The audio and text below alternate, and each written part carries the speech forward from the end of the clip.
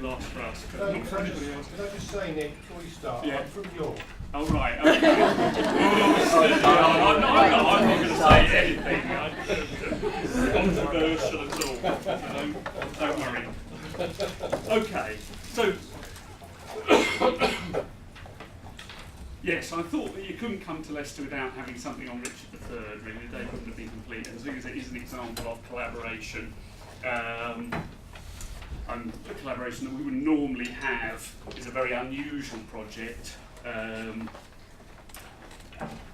but it's worth kind of bringing it together just to see what the potential is, and it does show particularly the advantage of having, few as they are now, a contracting archaeological unit embedded within the university, not least just because you've got expertise, and actually you learn how much expertise is actually under your feet within the campus.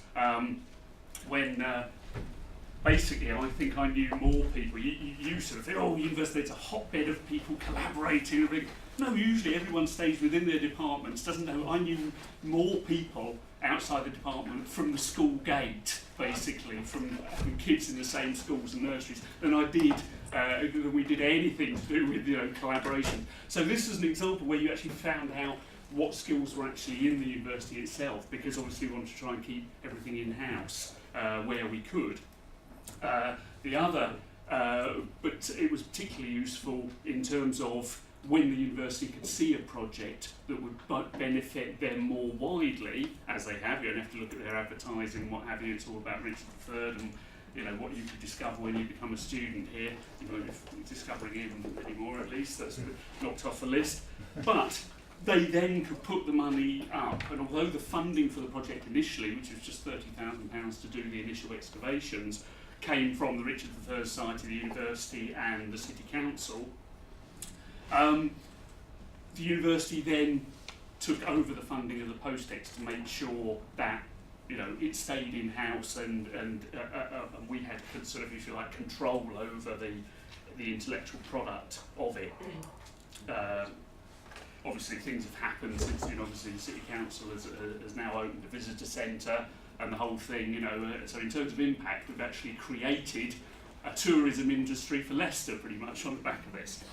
Okay, now the wonderful, obviously the wonderful advantage of a project like this is the fact that we already had a backstory, a story embedded in the popular imagination. We've got the princes in the tower, we've got competition for the throne between Henry Tudor and Richard III, racing down towards the A5 to catch the all-day breakfast at the little chef at Atherstone, but then getting caught up in a battle halfway between.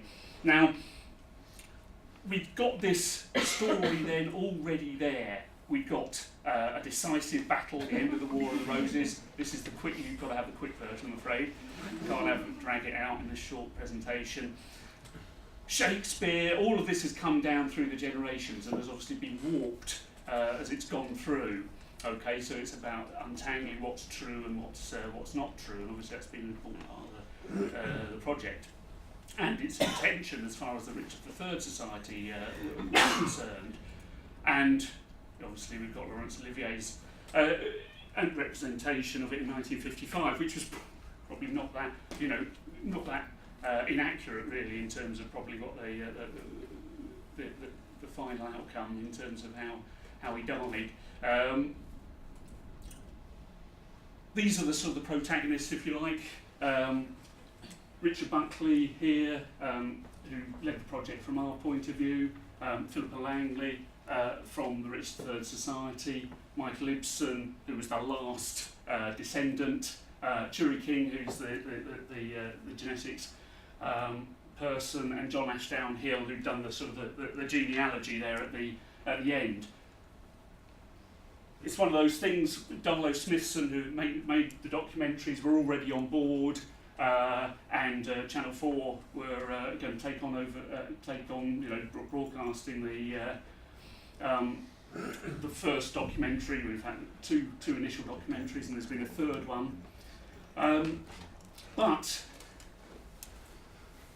if we find Richard, I'll eat my hat. Our kind of perceptions, if you like, of what we were going to find were, you know, at that time. Remember, this was the launch of the project before anything had ever happened. So imagine if we hadn't found him, that documentary could have been a little bit, you know, it would have ended with that sort of, the search goes on. He's not under this car park, but he could be under someone else's car park. If you've got a car park, tell us, and we'll find him. Now, that's not really, that's being silly, of course, but it came at a time that was ripe, because there are people, you know, there's a story, people wanted to know about this, okay? But there were some people who really needed to know about Richard III, and that was the Richard III Society. And everything, all the pieces were starting to come into place, basically. John Ashdown Hill had established the last few links of the maternal line, which is the most important for mitochondrial DNA, obviously. I'll say more about that in a bit.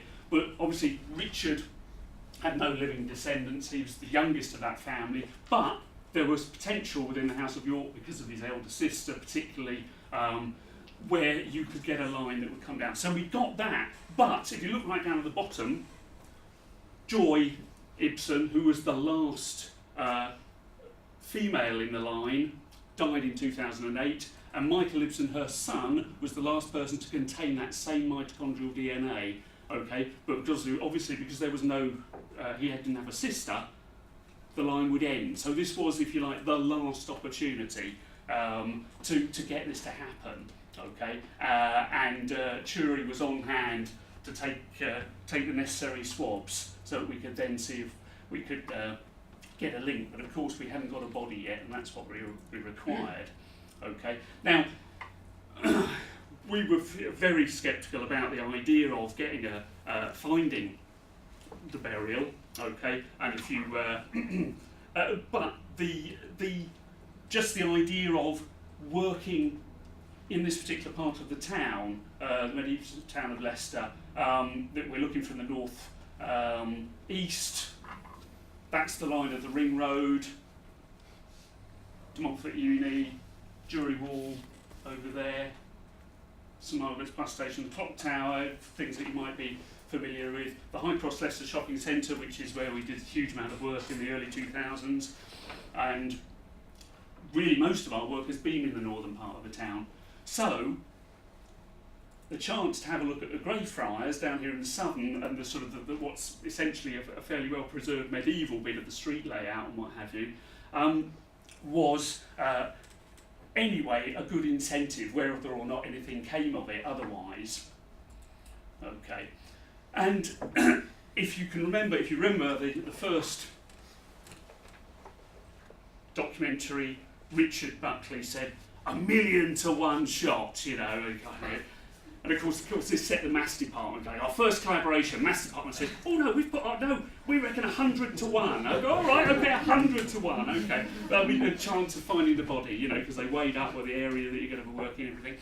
So, okay, 100, still not very inviting odds. Even when there's an R in the month, wasn't quite, it was still late August, September was still a few days away. And although we lifted the body in September, it was technically found on the first day, although we didn't realise, so it was found in August. But then you need an R in the car park. It is true, okay, there was, see that little R there? Reserved parking space, okay? Now, you know, Philippa Langley got the vibes, which, oh, this could be significant, who knows? But the body actually did come up, it did come up a space and a half further on, so he'd obviously not parked in his allocated space at the time. So, the other thing that came in, oops, I think it's going the wrong way, was the auspicious Good Friday-like clouds that came over. This was the first day when Trench 1 was being put in and the bones were first uncovered. A biblical storm brewed. All of those coming together, okay, to bring this significant event. Now, what do we know? He's been killed on the battlefield. We know we've got documentary evidence that tells us, and obviously we've had there's been quite a lot of historical work done already. People like David Baldwin had already said at some point in the early 20th century somebody will come across that burial in the area of the Grey Friars. And so we know that he came back, was brought back to Leicester, trussed over a horse, and was actually brought to here, the Lancastrian stronghold, if you like, of the Newark, because remember the Dukes of Leicester were subsumed within the Dukes of Lancaster later on. And so he was brought to the Church of St Mary, of Blessed Virgin Mary, in the Newark enclosure, which was a very sort of rich little enclave within Leicester, and displayed there to show that Richard had been killed. But then, a couple of days later, he was sneaked through to the Friars Minor, Franciscan monastery, here, Friary, on the south side of the town, and rather quickly, hurriedly dug, but that we knew from contemporary accounts that he was laid to rest in the choir of Friars Minor. So we haven't just picked any car park here, okay? It's a very special one, okay? Now, and we know that Henry Tudor, because he was a nice guy really, bought a tomb to go over the top. We knew also from sort of 17th century that even though the friary was dissolved, it was then went into private hands. Robert Herrick, who was a mayor of Leicester, built a nice mansion in the grounds and used a lot of the tiles and things to make a nice little patio out at the back as well. And he even had a little pillar saying that the body of Richard III lies here. Of course, that pillar's not standing anymore, but we knew we were on the right sort of track. And so we can do a bit of sort of map regression and what have you. We can look at Thomas Roberts' 1741 map of Leicester, and we can pinpoint, he put it round the wrong way, this is putting it north-south, that's the precinct of the Grey Friars, that's the modern map of it, and you can overlay those to give you an impression of what we actually had left to work with, which wasn't, it was bad enough having members of City Council Social Services saying, I can't bloody park anywhere, you know, because the car park's been taken over. But you can see that obviously a lot of the precinct has been taken up by 18th and 19th century buildings, and the area of the car park is quite small. Okay. So you're a bit stuck as to where you can actually put your trenches in if you're going to have a go at trying to find this body. 3 trenches were put in, and this is a sort of we don't know the full plan of this or anything, this is a typical friary, and the first trench was popped in across here, and in fact the burial was picked up on the first day, but there was no, because we didn't know where it lay within the area of the friary, there was no point in doing anything with it. It was just some bones appeared, okay, but that we saw benches in here, which told us that this was probably the chapter house here, and a second trench went in here, which looked like it might be the corridor of a cloister. And so you were starting to orientate yourself as to where the church might be. And the third trench here showed that we were within the choir of the church, and that then brought us back to thinking about what the importance of this burial might be. So this is looking at trench 3. This is a bit of Robert Herrick's patio coming up there, and some walls and a possible buttress for the church. But obviously we're getting nice east-west walls, which is what you need if you're going to spot a church. That was a little charnel deposit that had come up. And we thought we were onto something when we found some bits of masonry, but actually they were 19th century in the end, nothing to do with this. But then we located the area of the north and south wall of the church and the choir stalls, footings for the choir. So we're up the business end, the presbytery end, where all the early benefactors of the church and what have you in the friary were buried much earlier than Richard III. Richard III had to go down towards the back of the bus and was probably interred, further down the choir, which is incidentally where Trench 1 runs across. These are some of the finds. So that's our plan. This was extended just to try and open that area out, and we then realised that, of course, we were in the choir here, and that the burial that had come up on the first day was actually significant. Quite how significant we didn't quite realise at that moment, and that's a reconstruction of where it may have lay within the choir. Bit of a trip hazard, that really, within the walking through there. But you can see what a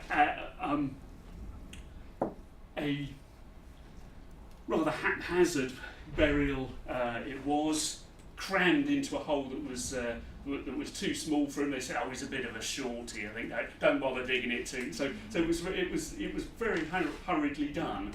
But if you look, you can see even within the grave that, you know, if you were digging a skelly and you suddenly sort of flipping out, you know, all we're looking for, oh God, this could be them. And then you start to look at some of the injuries to the skull and what have you. You start worrying. The thing we really need to worry about was the fact that we were very lucky to get him at all. This is the grave. That is modern disturbance there. Okay. That's actual church floor level. So the grave was dug through here, but because his feet had already been lost by a bit of building work that had taken place probably in the 19th century, and then other modern foundations had nearly removed the grave. Okay, so the first thing we needed to do when the body was brought out of the ground was to get it dated. And as a matter of course, and we obviously they will do carbon 13 and nitrogen 15 estimates on there, just to see if there has to be any offset of the dating for a lot of marine carbon in terms of marine diet within the bone that would obviously make the make it seem a lot, make it seem younger than it really was. And so this work was done, and we sent off. Basically, it was a bit belt and braces. Wanted to make sure there was nobody could say, "Are you absolutely sure?" So 2 samples of rib were each sent to Oxford and to Sewerk at Glasgow, and the results were then all brought together. These are the results. These were from the Glasgow ones, and Derek Hamilton did the Bayesian stuff on it after that. But the interesting thing was that we already, just from this, and obviously there was more work done, stuff if you saw the 3rd documentary that looked a lot more in more detail at the diet. But even here, you can see that we've got someone with a high protein diet, not like us down here eating gruel and what have you down here. This was someone who was really having something very nice, but also had an element of marine diet, maybe not kind of from a variety of sources, so probably not just oysters and things, but but sea fish and who knows, sea mammals or what have you. But so sitting in the middle there and quite high up, and we'll see a bit more detail on that later on. But this obviously affected because you've got a kind of 25% marine component in there, that affected the dating, and obviously the first dating we got out was between 1430 and 1460. Ooh, a little bit too early for him, but let's see what happens when we sprinkle a bit of the old fairy dust over it. When we get it modelled for the marine offset, the fact that he got 25% marine component in his carbon, because of the very ancient carbon that's in the sea due to the erosion of rocks and all that kind of thing, we find that the date range is somewhere between 1455 and 1640, which is lovely. That's just what we need, something within there. Okay, so we get to the point where, well, the bones could be those of Richard III, if we don't have them already, because we're going to have to jump through hoops to absolutely prove this. And then, obviously, when you model it and say, well, obviously there are other things. The friary was dissolved in 1538, so it must be it must be older than that. You then get in something like 1450 to 1540. So this was our sort of first bits of collaboration and a lot of interest, because obviously the carbon 14 people can take that and say, look, and use that. We've got a known individual that we know died at a certain time. these are the measurements that we get for it, and then that then feeds back into the expertise on these things. Now, looking at the evidence for diet, rib bones, teeth, and big bones, femur, went to the BGS, and Angela Lamb and Jane Evans, not that one, worked on this, and these interesting results came out in a paper recently, and showed quite nicely how, as you can see, he sits up in terms of the carbon-13 and the nitrogen. He's up there in the sort of the high protein bracket, okay, up here, and these are some of the other pink dots are ones that have come from our St Peter's burials, and particularly the ones under the High Cross Shopping Centre now, and particularly those that were inside the church, who had as well a similarly rich high protein diet. The significant thing with, whereas this is a sort of a mixture of burials from Fishergate and from Warren Percy down here, which probably don't include such high protein. Okay, the significant thing as far as the kind of telling the story was though that the tooth would give you, because that's set in stone once it's the tooth is grown, would tell you what the diet was like through from childhood. The femur would give you an idea of what it was like within the last sort of 10 years, because the femur takes at least that long to replace itself. So it's whatever figures you're going to get from analysis of that will tell you sort of what he's had, where he's been living and what he's been eating in his adulthood. And the rib, because that replicates itself within about 3 years, is probably what he's eating and drinking, what have you, within the last 3 years or so, 3 or 5 years maybe. And so you can see there are distinct differences. And what this looked like, it's not huge, but it probably indicated that he was eating a much more high protein diet. Now, even richer. Now the thing is, what you've got to remember the conclusion of that documentary, if you saw it, it was basically that Richard III was on the piss every night, basically drinking a bottle of wine, and wasn't in a fit state to fight at the Battle of Bosworth, and that's why he lost, really. Because unfortunately he'd been on Royal Progress, going round and oh, come in, have a drink, come on, a lovely meal. Look, I've got a nice bit of peacock on tonight, no, you'll love it, and a locally grown crane, and herons from my own herring. He's probably going, oh crikey, a bit of beans on toast to go down really nicely. No, we've got to have this lavish. So he's been living a lavish banquet for the last, year or two, and he's hammered, really, probably. So that's what's been happening. And on the drinking front, you see, the figures that came up for the Oxygen 18, which gives you an idea of what rainfall and drinking water would be like, should have been, because during his 2 years that he was living in, he was in London, and he was for 10 months of those, or he was in York, and then he was in various towns around the East Midlands. He wasn't anywhere near the West. If you had a measurement about 8 per meal in the sort of East Midlands and London and what have you, but if you go over towards, but his measurement was much more like for the West Country, which was a sort of 5 per meal. And what that difference, so there's a difference of 3 there. What that means is that it's likely that he's drinking wine which has a much this comparably different level of oxygen 18 stable isotope in it. Now, you can tell I'm an expert on this, can't you? Okay, now, what can we say about his stature then?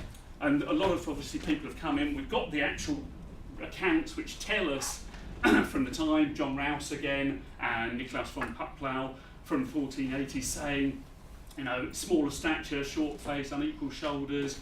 King Richard's highborn prince, but he's quite gracile in his build and what have you.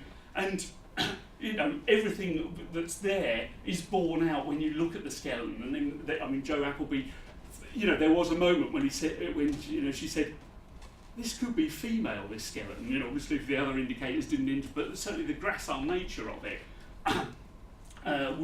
would indicate that. But specifically looking at the level of scoliosis, which, as hopefully that documentary showed, you know, was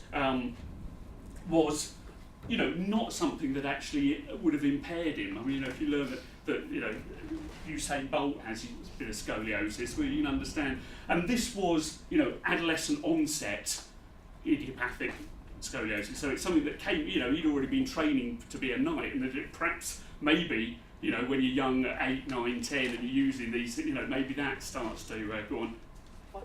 5 minutes. You know, so there's all kinds of stuff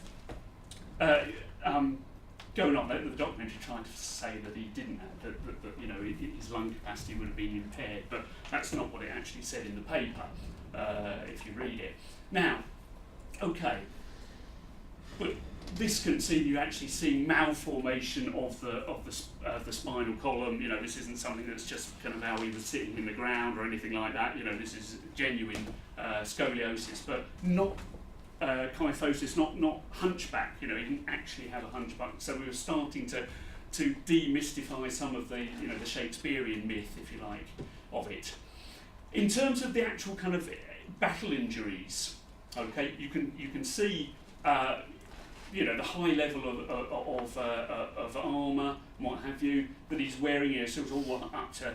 But we have contemporary accounts of how he died, and we're pretty sure that, and as this recent paper has talked about, as Sarah Hainsworth was on the radio the other day, people were, you know, he clearly didn't have his helmet on, okay. At this point, he wouldn't have taken it off by himself or anything, it must have been forced off, but the fact that he hasn't got any defensive wounds indicates that most of his body armour was still on, so we can start to reconstruct the way that he died. I mean, this is the kind of sort of intensity that you're looking at in terms of the fighting, and in terms of kind of fatigue and things like that, dreadful, you know, in terms of you just keep fighting until somebody kills you, basically, pretty awful. Victor Ambrose did us some nice reconstruction drawings. Richard's body was found among the slain. Many other insults were heaped upon it, and not very humanely. We'll come across that in a tick. His wounds, the major ones are these two huge ones through the bottom of the skull, okay, probably made by a slicing action of one of these, which would fit in with that definition of the fact that his brains were spilling out through the bottom of his skull. Okay, and this was all work done with the Royal Armouries, Bob Savage. And then there was a sword blow that went through the skull, actually went right through the brain and touched the skull up above, so it went right through. And then one of these terrible little puncture wounds wouldn't have killed him, we'd have already been dead probably, but one of those sort of coup de grace style things. That's the inside of the skull where it's been pushed through. That's a section of the skull showing the little flaps there. So it's actually, so when you get these sort of scanning techniques you can use, you can find all this. And this is the sort of weapon that was being used. As you can see from the pictures here, a technique of kind of almost sort of you just basically kind of driving this through the top of someone's head. Nice after your lunch, isn't it? Okay. But various other little wounds, scrapes around the top. Now, so he was already dead. There were a number of wounds. Remember, you didn't want to defile his face too much because we wanted to know people could recognise that it was Richard III.